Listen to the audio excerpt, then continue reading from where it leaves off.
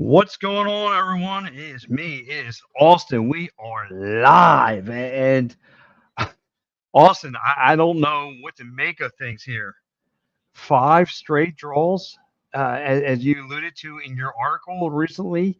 Five straight draws is, as Bedoya told me in the locker room, is the injuries and this tough schedule starting to pile on. It's been since Labor Day weekend since this team has won 4-1 over the Red Bulls. A good field win. We knew coming into this schedule it was going to be tough. It's been ugly, but we're gaining no ground, but we're not losing anything as well. So, can you please walk me through on what's going on in the union world? Well, I feel like a lot of I guess you could say a lot of the inconsistency that we're having right now plays a bit in part to the fact that we haven't had Jacob Glesnes, we haven't had Jose Martinez, and they're two very key defensive pieces to the way this team plays. So the Mm-hmm. games that, especially in the games that we take the lead and then we give it up, just like we saw over the weekend with Columbus, you get that great goal by Nate Harriel to get a 1-0 lead in the second half of that game after making the substitutions at the half, which Curtin should have done, and thankfully he did. And Yeah, then, just some clumsy play leading to some mistakes, leading to, them getting that PK opportunity and Cucho Hernandez just making sure he put it in the back of the net and kept everything level.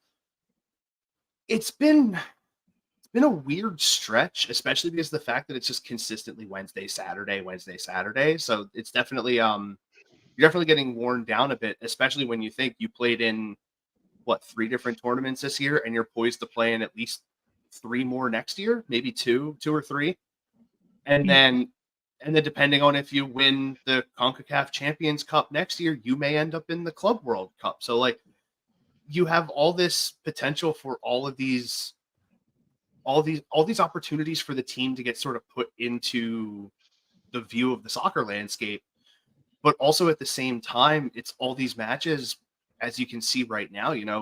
Apparently Glesnes is dealing with the potential of a hernia right now, and it's one of those things that it's just the season, you can see it wearing down on everybody, and it's just getting, hopefully a lot of it can sort of hold off, but we're at a point where a lot of these guys are hitting, like they've been bending the entire season. We're hitting that bend right before the break, and you want to hope that you don't have them break right now or even during the playoffs.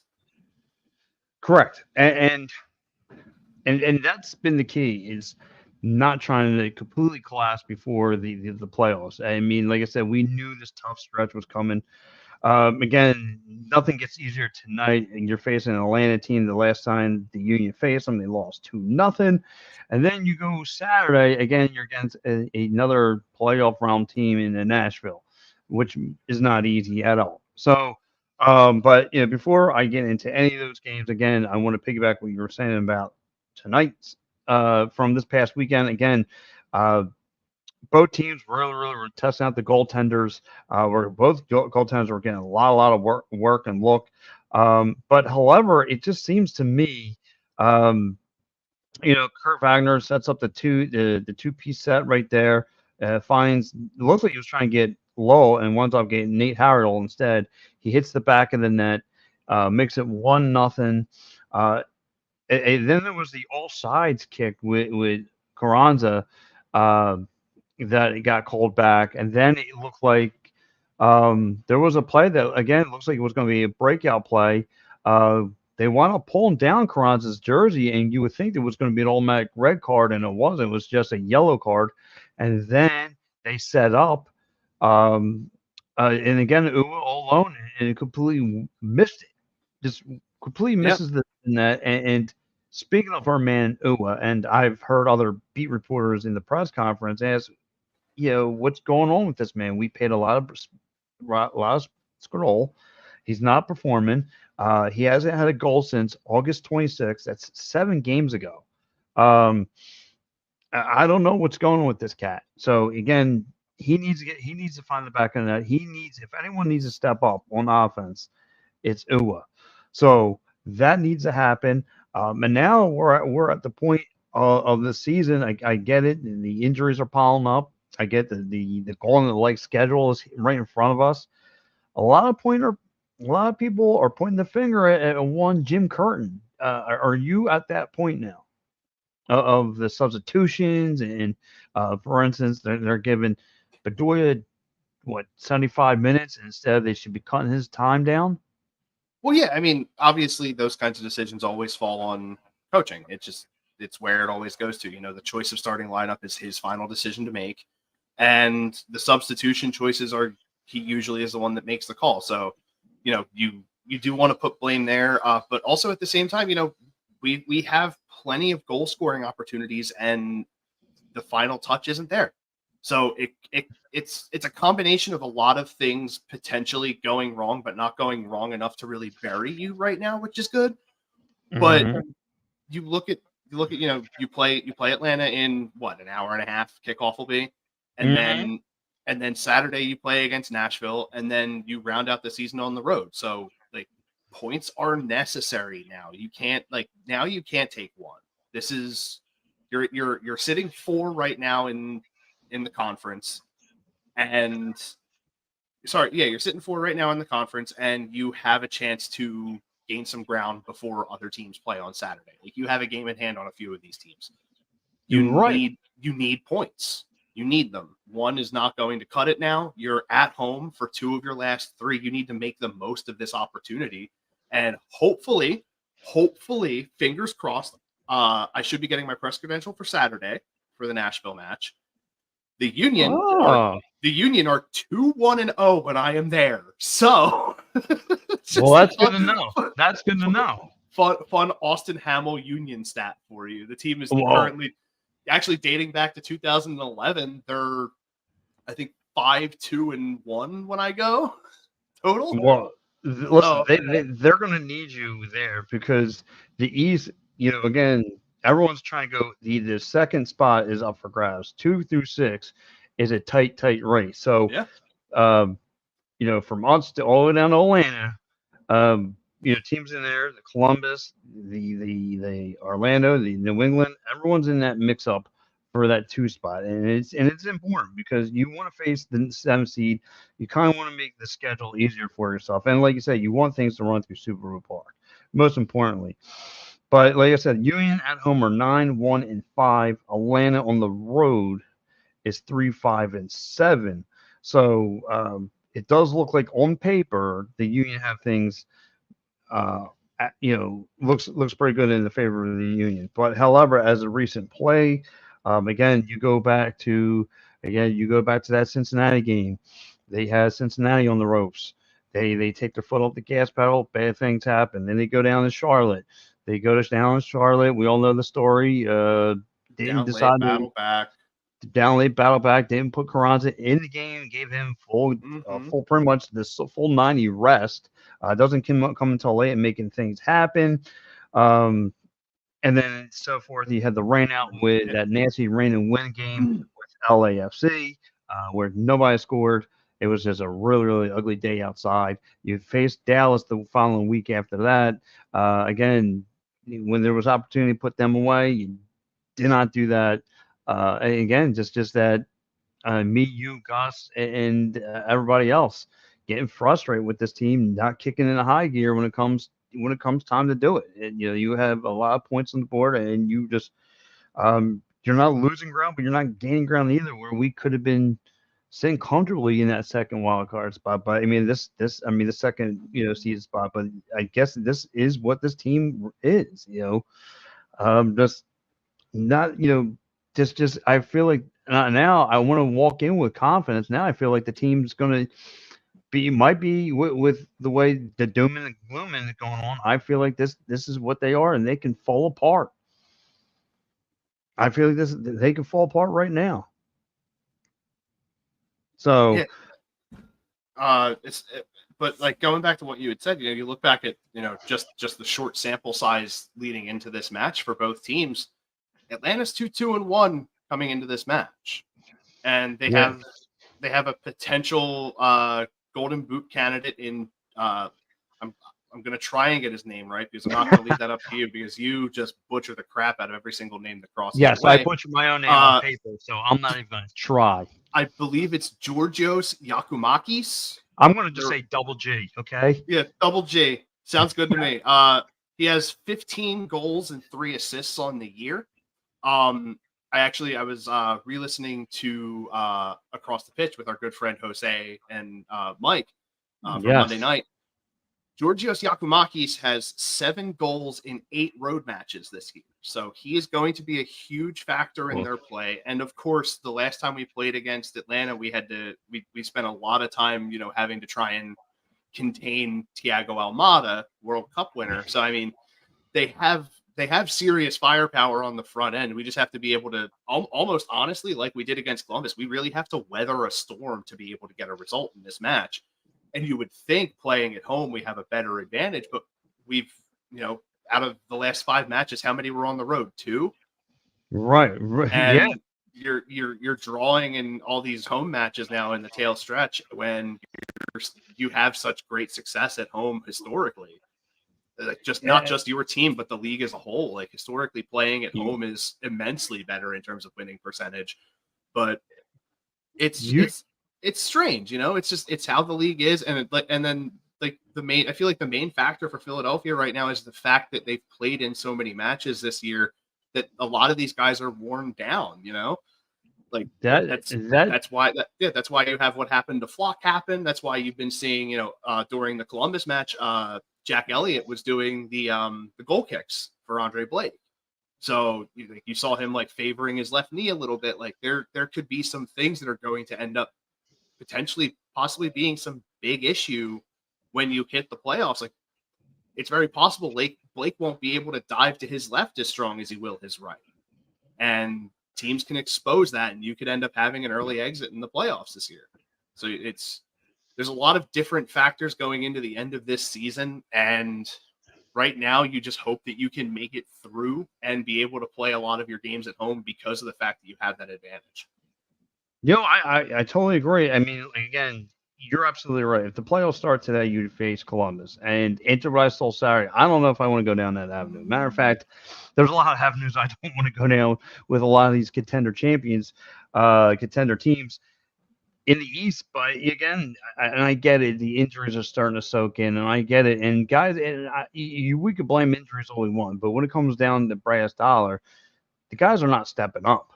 The guys are just not doing their part. And, again, and I love Bedoya. And again, there's times where he has a wide open look and he's really being a captain on the field and controlling the game and all those good things. But when it comes down to brass dollars, he's not finding the back of the net.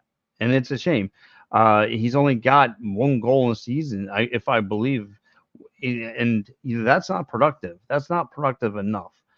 Again, and again, he's got 6 assists. I mean, I'm glad he's a little bit better of a facilitator. That's hooray, but that's the problem with this team. There's no shepherd and a lot of sheep. That's the way I look at it. And there's not that guy you go to. And look, Gosdog leads the team in goals, but that's all been penalty kicks. It's been majority penalty kicks. There hasn't been that a guy you feel really, really good about. And again, this kind of goes back to what Gus was talking about. Gus was saying, I love Carranza, but he's got that. Is the goals right in front of him? He'll miss it. He'll totally miss it. And I don't get it. I don't get where what positivity do you have going in, especially at a game like this? Like you said, you're dealing with Double G, you're dealing with Thiago Almada. We all know what Thiago Almada is capable of. You're talking about facilitating. His name is labeled at the top of that. He's the guy who finds guys wide open. He's the guy who can make plays, extend plays with his legs. He's the guy who can turn the average Joe into stars. That's the kind of guy he is. Again, he's going to draw the 2-on-1, defenses to go right for him. He's going to be the decoy. That's all fine and dandy. With his vision, he finds people open. Then they find the back of the net, and it's going to be strugglesome. And like you said, at one point I thought Subaru Park was next as close to thing as hell on earth, but a tough place to play. And now it's becoming here. Let me get my cheesesteak and then I'll roll out with a W, or now a draw. So um, I mean, I know we're nitpicking here, but I mean, it is a good thing that they are draws. But like you said, you got to put the W in there at some point. We want, as you hear the fans chant from the press box, "Hey, Union, we want 3 points. Hey, Union." That's all you hear through the. And again, I like Kurt Wagner. Kurt Wagner has been a great asset, but again, assist, assist, assist. Great on the two piece. Again, another guy who likes to control things, but I need somebody who can find the back of the net. And and you go back to this game against Cincinnati and look at the freakish penalty off of a ball that was kicked off of Jake Elliott's arm. They got called for a penalty kick, a redo Yeah, penalty well, yeah. I mean, that was it was pretty obvious that it was going to be. The way he went up, his arm was originally clean down at his side, and when he came up, he did the chicken wing. It made sense for that call. I feel like it's just a bad spot to do that. Like you could kick. have just as easily as you went up, pulled your leg up to try and deflect it. I mean, higher risk of missing, but better than giving them a free look. Yeah, and you don't want to give them no free looks. You don't want to give them time to make things happen for you. They can take care of business. Um, and like I said, this team needs to get together. And that's what they had a decent summer, and it's just like they got away from with their two guys being productive. Again, the only way I see productivity is through um, Karan's or Gazag. And not just that, but you need other guys to step up and not take these stupid penalties. That's another thing that's been lingering. Uh, Jose Martinez and Brian, these guys, want to scrap with everybody on a nightly basis. You're only getting the red card and you're only hurting your team. Yeah, definitely. I mean, I feel like you definitely have had a lot more, I guess you could say, scrappy matches compared to what you've usually seen, simply because of the fact that Bueno sort of had to sit himself in a different role now. Which, Mm-hmm. I mean, I'm not gonna lie, I've liked what he's done, but he's definitely not to the level of Jose Martinez, who can get away with it a bit more than anyone else can.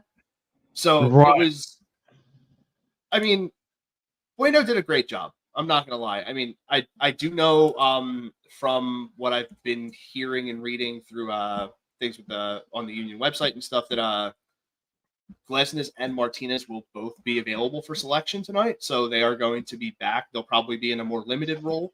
You might see them come off of the bench at like the second half to just get some work in. Dave, what's going on, buddy? And there's a lot of I feel I'm pretty sure I put They, this in the I'm pretty sure I put it at the tail end of my article, but I said you're going into the playoffs with a lot more questions than answers right now, yes. which is not a great sign. So hopefully you start answering some of those questions in these last few games. Be, mainly in terms of, is the finish there with the attack? Because if that's there, you already know that the defense is going to be there as long as Glesnes is healthy, or at least able to play at somewhere close to his potential. Correct. If And that's if you you yeah, and bring if you get that, you should be good. you bring up a solid point. You're heading to the playoffs with a lot more questions than answers. A lot of I'm biting my nails, and that this team is going to be nothing more than a first round knockout, no matter who they play, 2 through 6. And again, I don't know now. Again, you have to beat teams now in a series. It's not that you can catch a team and be lucky with one and done. And I don't know if the Union are capable of beating teams in a series. I don't know if they have what it takes. Dave says go Union. Well, Dave, we're trying to feel good about the Union. Right now, it's not looking pretty. It's not looking pretty right now. So again, they locked up a spot. So I mean, if that's how you want to feel good about it, but I mean, we would have felt good, like I said, having that 2 seed, having a more comfortable wins, and like I said, we haven't had a comfortable win since that again against the Red Bulls back Labor Day weekend. and Yeah, it feels like many moons ago, many moons yeah. ago. So I don't know Almost feels like if a whole different season ago right. I don't with know how if this team me looks. right. I don't know if me, you, and Gus need to get together because that's the last solid win that I've seen since. I mean, other than that, I mean, again, you had a Cincinnati team on a rope, so I know what this team's capable of coming out to shoot and open the floodgates, but I also know this team, to be honest, takes their foot off the gas pedal. And, it's if anyone, I hate to sound like this dorky analogy, but if anyone played Mario Kart, they're the teams that are ready to get popped with the red shell. And they're the team that's ready to have their go kart fall off the tracks, and it's bad. And again, and now I wonder if Jim Curran feels some kind of way. And I know because this past week, I'm pretty sure you've seen it, or it was last week, that Cincinnati FC has now won the Supporter Shield. Yeah, that Again, was on Saturday. that was on Saturday. So again, his protege, who's coaching that team, who turned that team from worst to first in a matter of 2 years, is now riding high into the playoffs. And not just again, you don't get the Supporter Shield because you're the best team in the East. You get it because you're the best team in the league, and he's doing a magnificent job with those guys. And again, I'm thinking teacher for a student 2 weeks ago. Great, the teacher's got this dude on the ropes. And no, you got to remember these people. These coaches get paid to adjust to your game, and that's why I saw as I watched that game go on. I watched guys who just kind of with I won't say a stellar kind of passing game where defenses kind of knew where they wanted to go with the ball, and that's what it looked like to me. Guys would just look like it was like, and I hate to make the parallel, but it looked like look like Brian Johnson's Eagles playbook. It's very vanilla, and I just it's getting to the it's irking a lot of people. And like I said, the good thing is you're lucky these games are falling to the draws and not falling under L's, and that's your only saving grace right now. Yeah, and to go back to the analogy that you made, I feel like the main difference between the two is with the Eagles, you still have what 13 weeks of play before you hit the playoffs to figure it out. Yes, Philadelphia has what like a week and a half at best before you hit playoffs you only to got figure it out. Like, yeah, you you got got 3 games. You got three three more. games, Yeah, you got 3 more games to figure it out, and right? it's and every single team that you play from here on out are aside from the last game of the season, I think are all um, playoff teams. Right. Tonight and Saturday are both against teams that are going to be in MLS Cup playoffs. So Yeah, and that's the thing. these are teams that you could potentially match up against. Like That's the thing. They, when play ended over the weekend, you were going to be playing Columbus to start the playoffs, and you literally just played them. Like there's a right. possibility that if the results go the way that we hope it will, we could be playing either Atlanta or Nashville, and then you're either going to be playing potentially against a team that you literally just played, or a team that you maybe haven't seen in like a month. Like there's not much time to sort of figure out what you are as a team because you should have already figured it out by now. Now it's about getting the finish that you need to keep yourself in an advantageous position to be having home playoff games because outside of at home, like I said, historically across the league, teams are better in their stadiums than they are elsewhere. So you want to have that advantage at your side.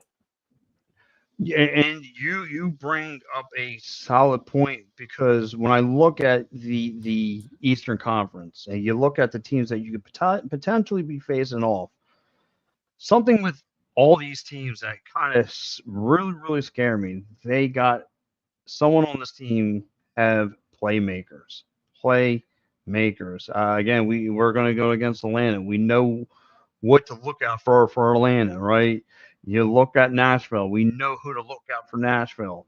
You look at Columbus. We know who to look out for Columbus.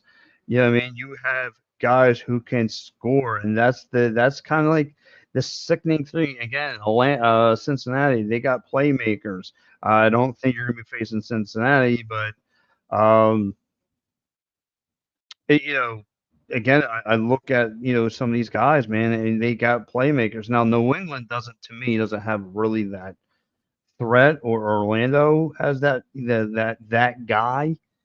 But again, they're playing better team play than we are right now.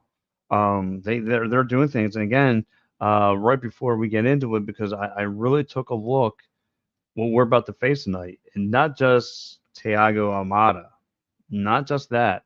I've seen really solid team play, and the way that they were pouring their offense on Montreal was something unique. Again, they were just dumping pressure on their defensive zone, uh, finding mismatches, just attacking the net, and that's what they do. And the Union better be on their A game tonight. Better Yeah, be.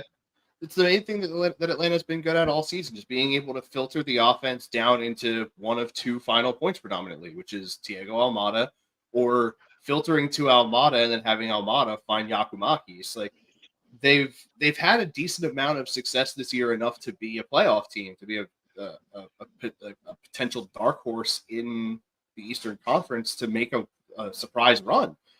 And you look at a team like Philadelphia, who is expected to be in the supporter shield race to start this season. There have been some surprises, like Cincinnati. I've been saying this all year. 2 years ago, Cincinnati was dead last in the league. They were fifth last year, and then they are the best team in the league. Like Columbus looked like they were flailing early on in the season, and Wilfred Nancy, who did an incredible job with Montreal the year before, came into Columbus and helped turn that club around. Like Yeah.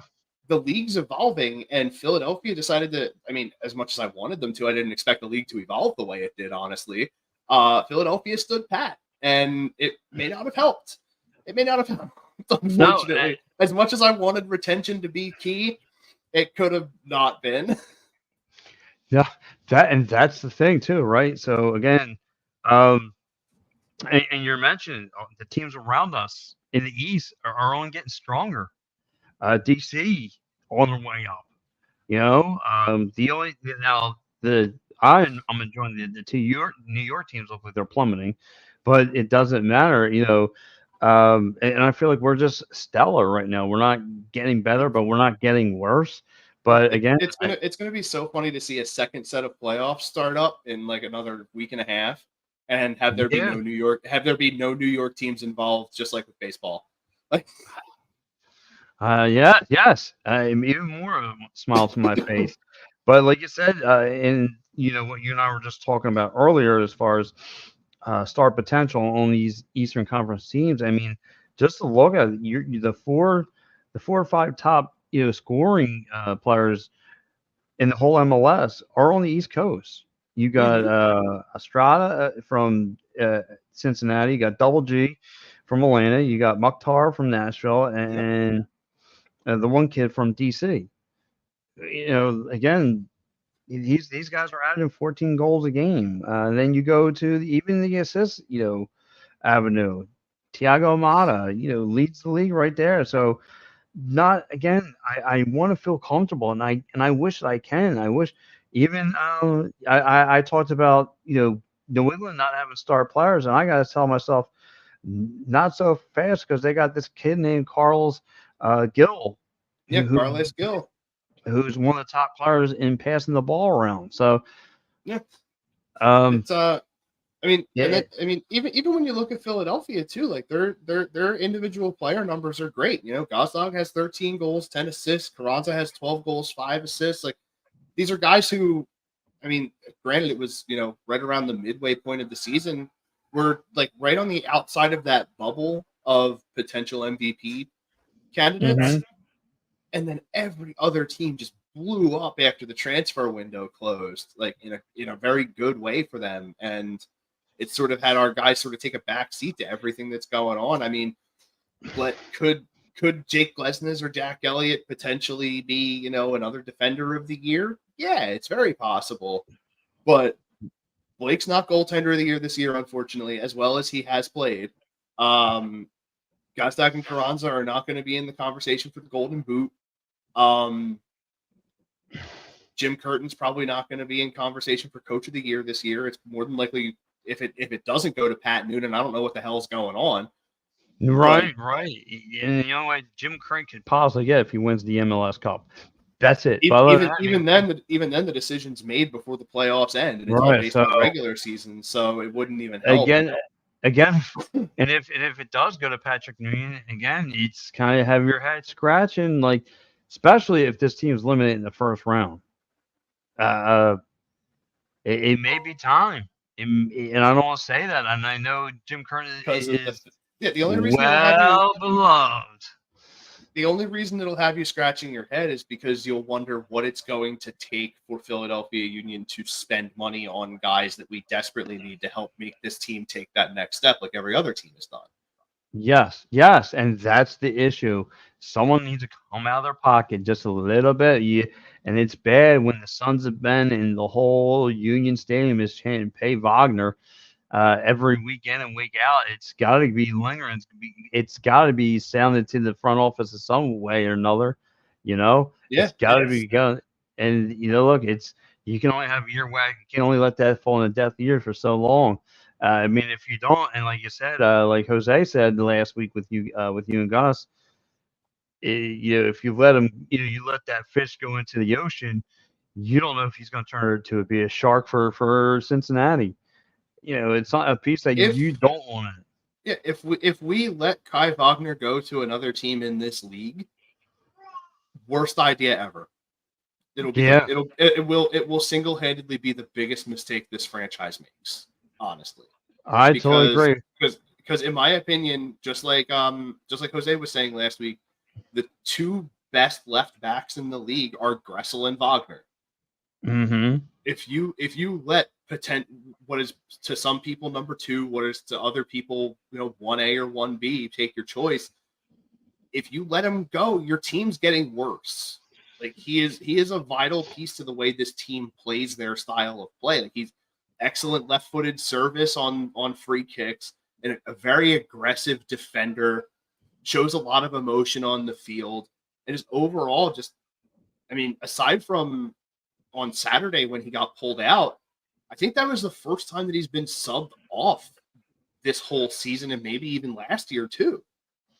Wow. So he along with Glesnes, they were both like the Iron Men for this team, and then Glesnes took the injury, so you couldn't play him. Of which he wound up getting 101 consecutive starts, making him the second player in I think league history to do that. I believe. Right. So I mean, these guys are key components to what you're trying to do, but there are certain ways that you need to evolve, and letting Kai Wagner leave is not the way to do that.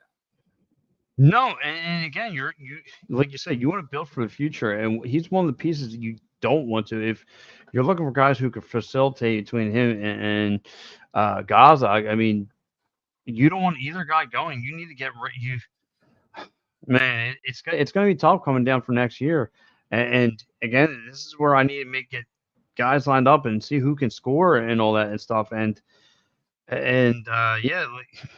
For you don't want to lose that piece, and as long as high that man, like I said, the GM needs to do something and come out of pocket and start paying people.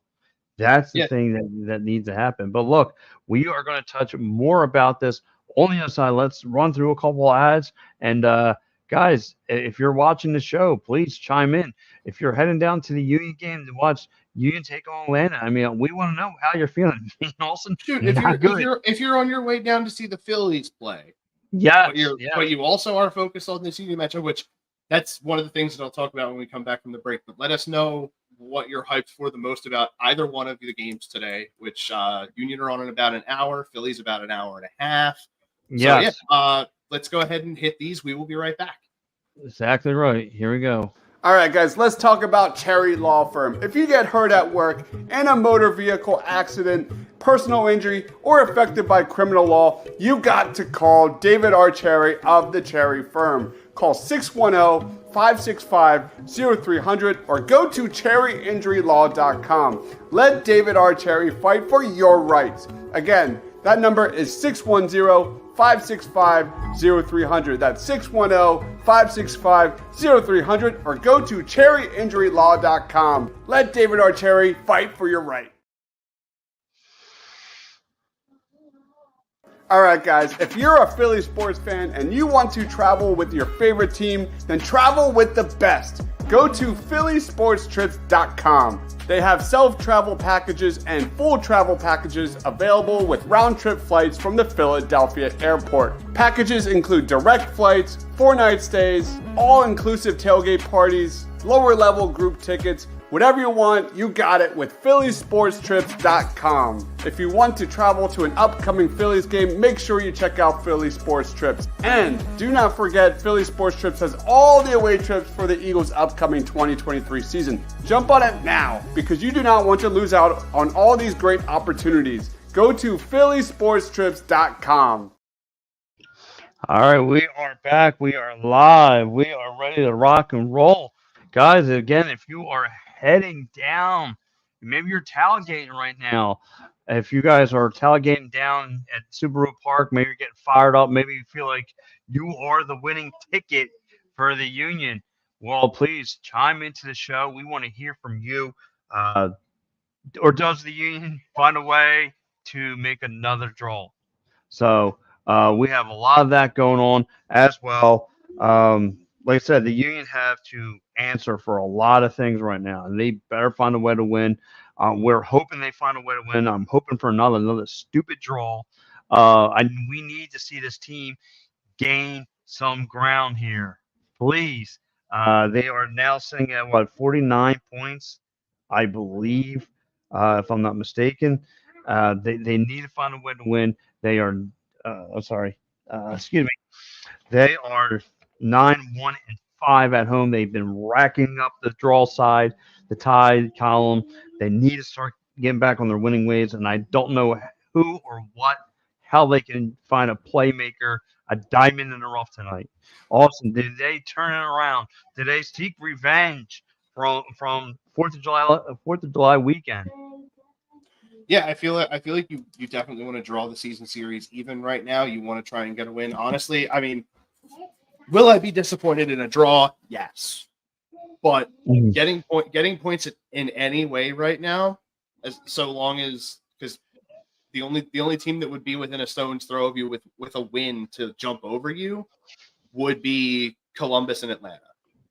Right. And if you get one, the best Atlanta would have been able to do was tie you, but they only got one, so they're still two behind you. So I mean, it gives you, it pulls you even with New England at third, which I think based off of goal differential, you would technically hold third place over New England. But you want to get 3 points here simply because the fact that you leapfrog New England at that point, and you take over second place based on goal differential because you'd be even at 54 points with Orlando City. Right. Atlanta right now sitting at 49 points. A win tonight would leapfrog them past us in Columbus, tie them with New England, which would actually, it would be based off of head-to-head record because of the fact that their goal differentials are even. A draw gets them 5 points clear of Nashville from 7th to 6th. So there's a lot of implication in the standings for this match, not just the personal gain, the momentum, or anything like that. Now at this point, it's either win. It's you pretty much have to win to be able to hold position or gain ground, and any points right now are necessary. Yeah, and you're right. So one thing about tonight's game, though, we got to keep in mind, this might come in a little bit of advantage of the Union, and only in this aspect. I get it. The last game that Atlanta beat the brakes off this Montreal team.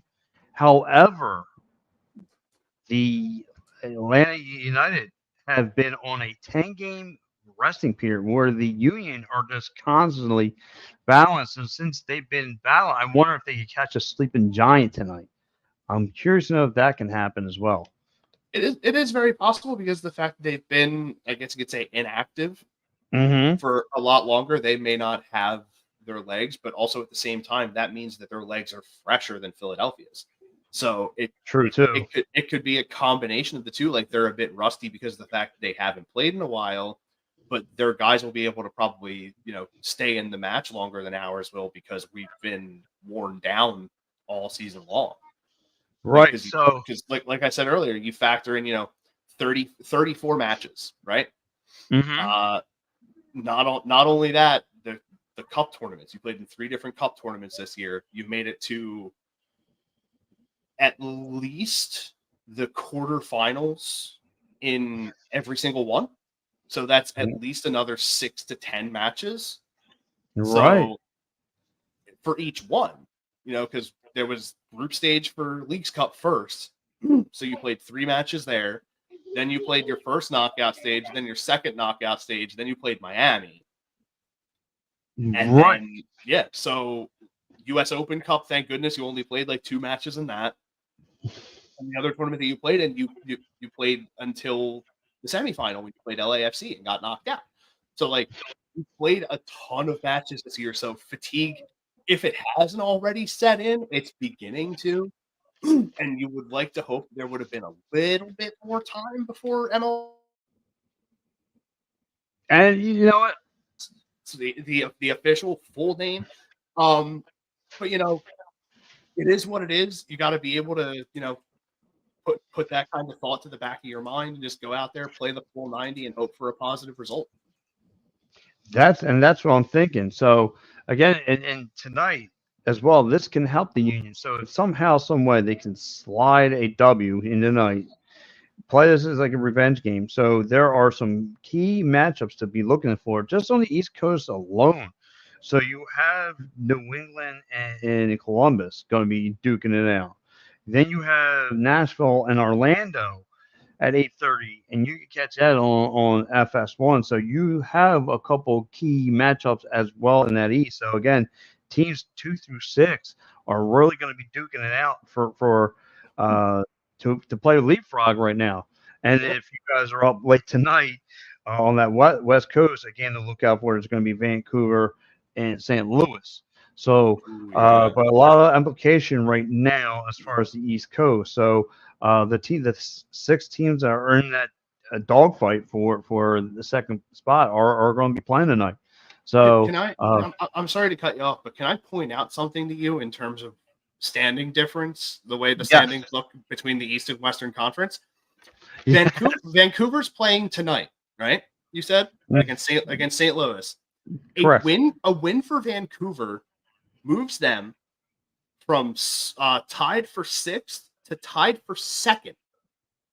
Wow. Yes, because I kind of took a Salt Lake and Seattle both have 46 points. Technically, Seattle's ahead of Salt Lake because of goal differential.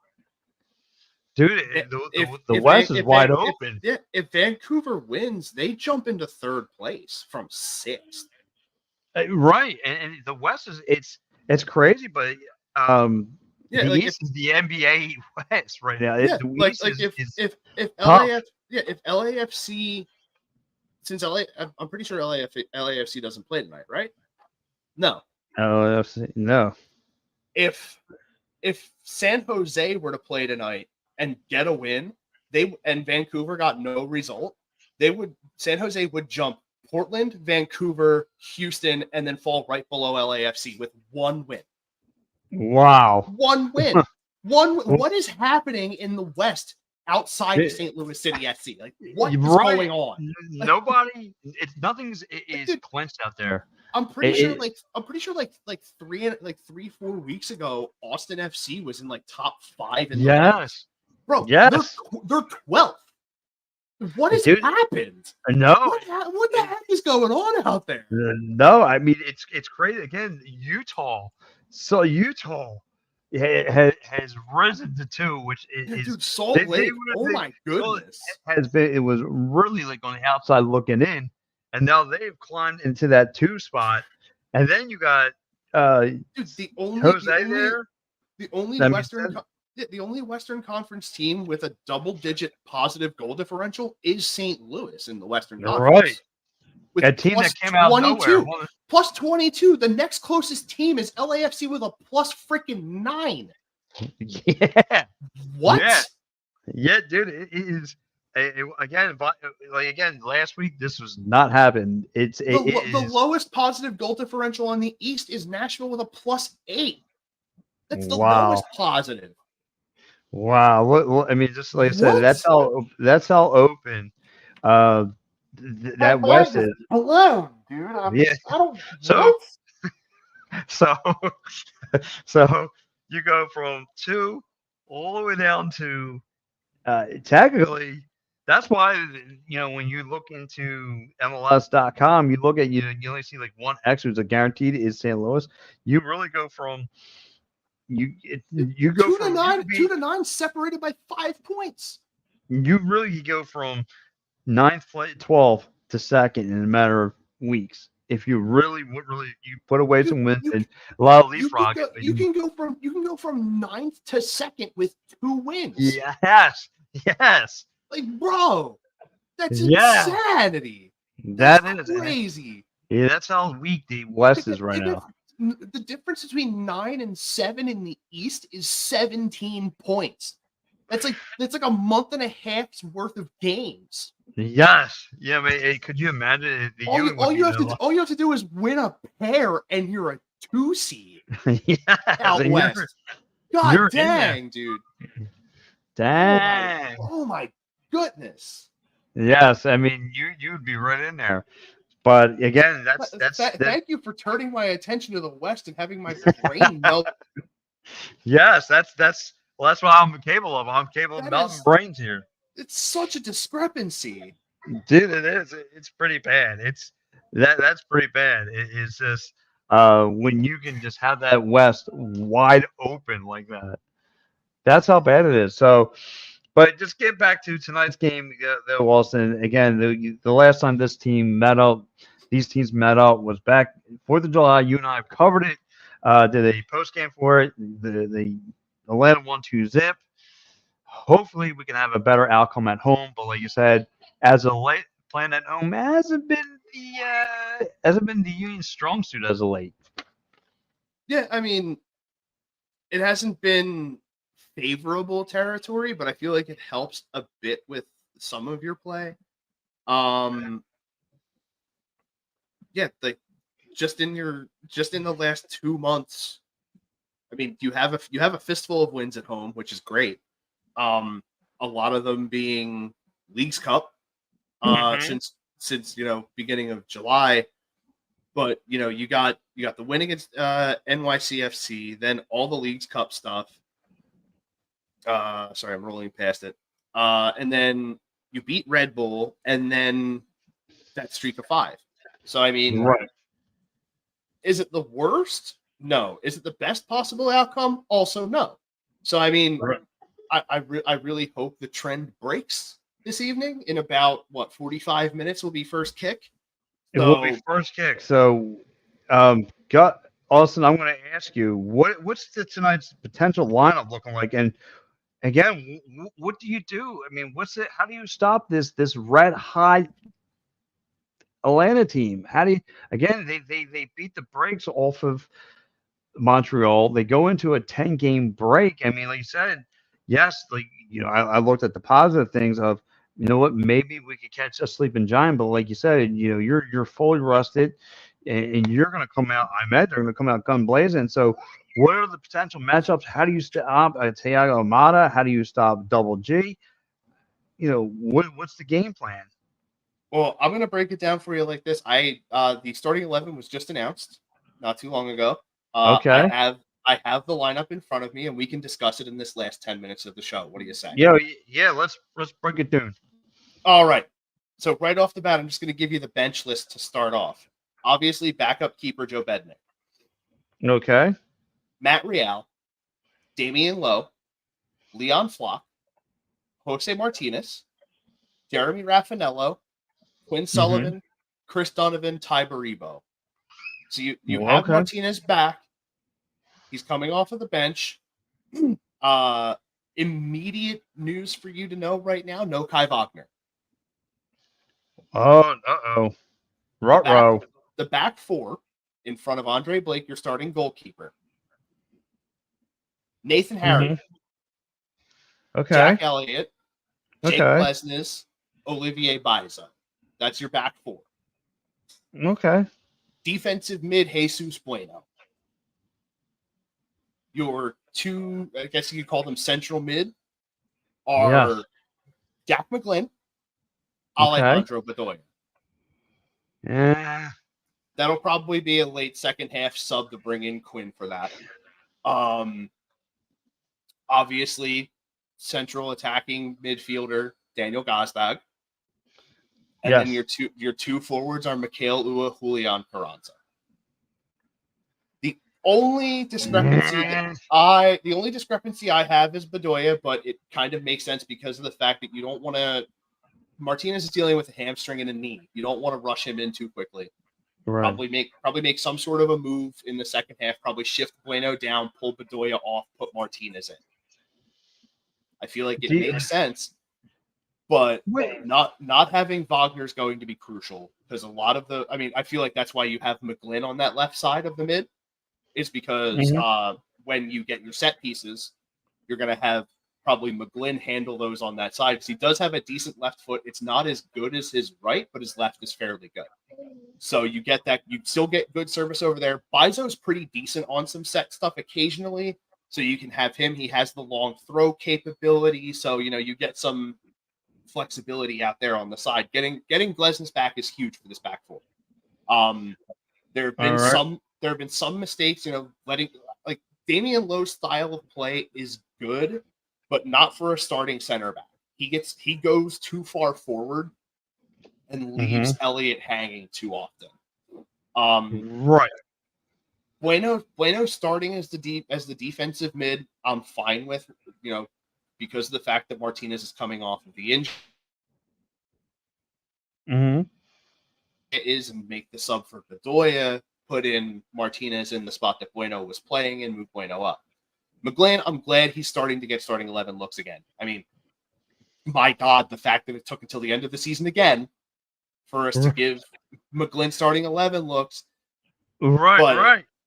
Like I said, not having Wagner, I feel like sort of forced that hand a little bit. So you give him the start there, and then you have to have your standard offensive three in Gazdag with Carranza and Ua ahead of him. Like it's playing at home, you need this win, honestly, especially because of the fact that you're going into a point where every win is going to matter. It's the tail end of the season. You have 3 matches left.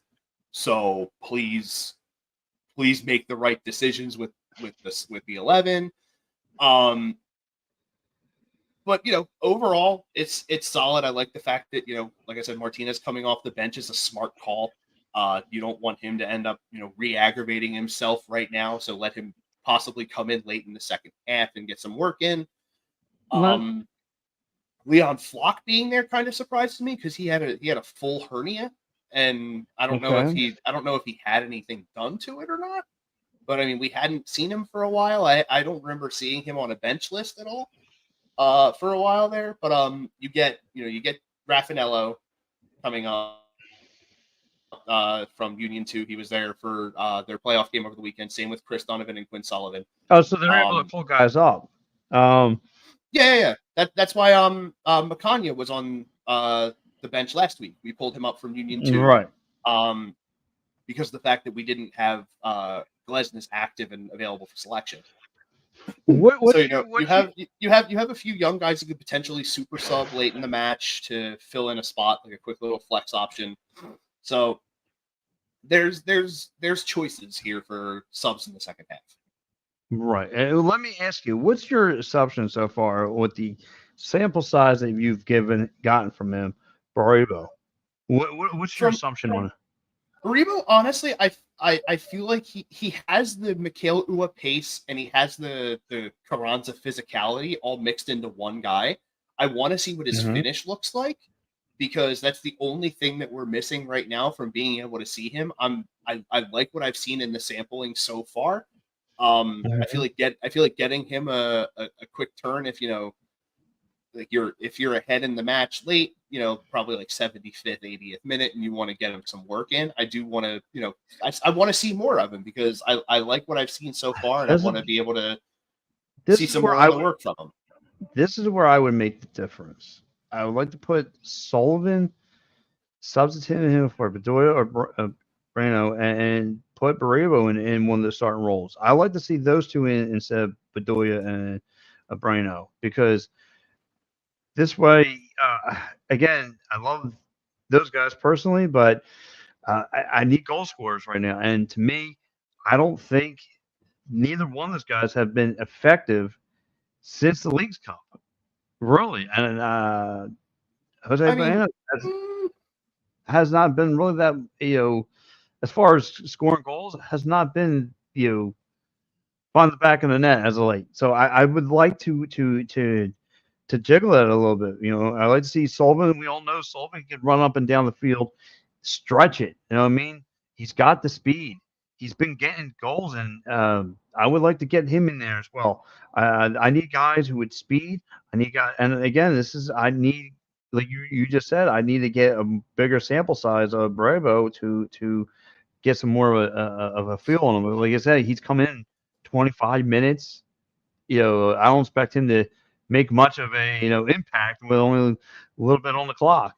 So I need to see more from him. Well, for only being recently acquired, getting some time already for Barrevo, I feel like is a good thing. That'll he'll get more. He'll probably end up getting some looks in the playoffs to potentially have some sub spots. But he hasn't been here that long, so I can understand him getting minimal time. Quinn Sullivan. So if we were to do the changes that you wanted to do, right, and we pull Bedoya and we pull Bueno, where would you play Sullivan and Barrevo? Because they're both either Sullivan's an attack, Sullivan's a forward, and so is Barrevo. So there would be you wouldn't be able to, in terms of the positions that you're trying to put them in, they wouldn't really work in terms of actual play. Bueno has been a good substitution for a defensive mid for Jose Martinez, so that's why you make that change. You know what I mean? Right. Philip, all right. Thanks for checking in. Okay. All right. I like it. I could work with maybe pulling Bedoya, and instead of running a diamond, run a square. In the all right. Let me ask you this one. So I'm looking at the Atlanta lineup. Obviously, Almada is going to be in there. Double G is going to be in the starting. And then there's a bunch of names I cannot mention or I don't want to butcher. And Willie's going to be in there. Abraham's going to be in there. Robinson's going to be in there. Lennon's going to be in there. Reserves they got coming in there. Barry. Hernandez. So again, you wouldn't know more about these players than I would. So can I be honest about how a lot of teams list their 11s? What's that? How they list it? Are they going by match play, or they list them? A lot of them list them in ways that I don't like. Some of them do it numerical order, where it doesn't matter the position; it's lowest number to highest number, and I hate people that do that. This one, they start with the keeper and then go through the back line, the midfield, and then the forwards. And I like this. Right. I like the way the Philadelphia Union do it with showing you the field and being like, here's your goalkeeper, and then everyone in front of him. But this I can work with.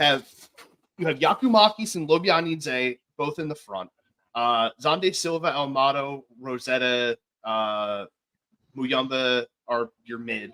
And then Wiley, Abram, Robinson, and Lennon are your back line with Guzan and Ben. It's kind of what you expect. I mean, I feel like Etienne Jr. has put in some good work for them recently. I can understand not giving him the start, though. He still has some time to sort of learn some stuff. But honestly, this is the 11 that you would expect from Atlanta United. You're gonna have all these guys try and filter through to Almada and Yakumakis. Everyone else is sort of there to sort of supplement that play. Robinson is an incredible defensive player.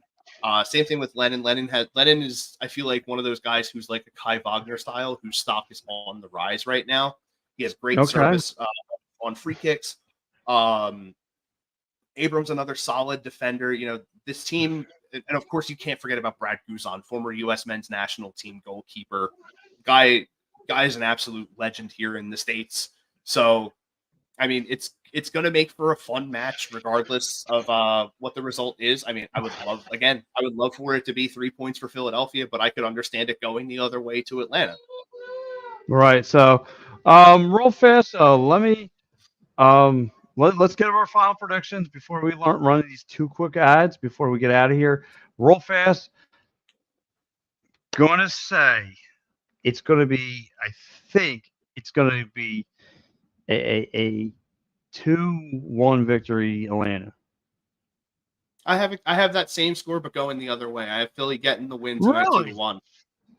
Oh man, I wish I could feel confident, but listen, we're going to see what happens. So guys, I want to thank you guys so much for checking in with me, Austin. We will be back next Thursday. I'm pretty sure we'll be back to the normal schedule. Austin and Gus will be with you guys. Yeah, we're gonna have to wait and see what the Phillies playoff schedule looks like. So when Edge of Philly posts out the schedule, you guys will see when we're going to be going live then. All right, so we're going to be working around the Philly schedule and so forth. But look, guys, stay tuned. Hop on. Make sure you catch Edge Philly Sports right now. You have the Philly Press Box guys. I got to be honest. I like this time slot. I'm not going to lie. I like it, though. It's fresh. I like it. But listen, guys, stay tuned next week. Austin and Gus will be breaking down all the action from this week, from tonight's game, from Saturday's game, and pretty much get ready to wrap up the regular season. So, guys, thank you so much. Guys, stay tuned for the Press Box tonight. And, of course, after the Phillies game, catch me and Mike Laro. Guys, have a good night. See you later. Let me run these 2 ads. All right, guys, it's time to talk about Sherry's Tickets. Sherry'sTickets.com is easy to use and has no hidden fees. The price you see is the price you pay. Pay less and play more with Sherry'sTickets.com. Save even more by using the exclusive promo code EOP10. That's EOP10. Do not pay hidden fees and save 10%. Why use any other ticket reseller and get those hard-to-come-by tickets to the big game? If you need a more personal touch, give them a call at 610-494-5050. That's 610-494-5050. Sherry'sTickets.com also has great theater and concert tickets that are hard to get your hands on. Remember, do not overpay and save with the best at Sherry'sTickets.com. Save 10% using the promo code EOP10. That's EOP10. You'll thank us later. Sherry'sTickets.com.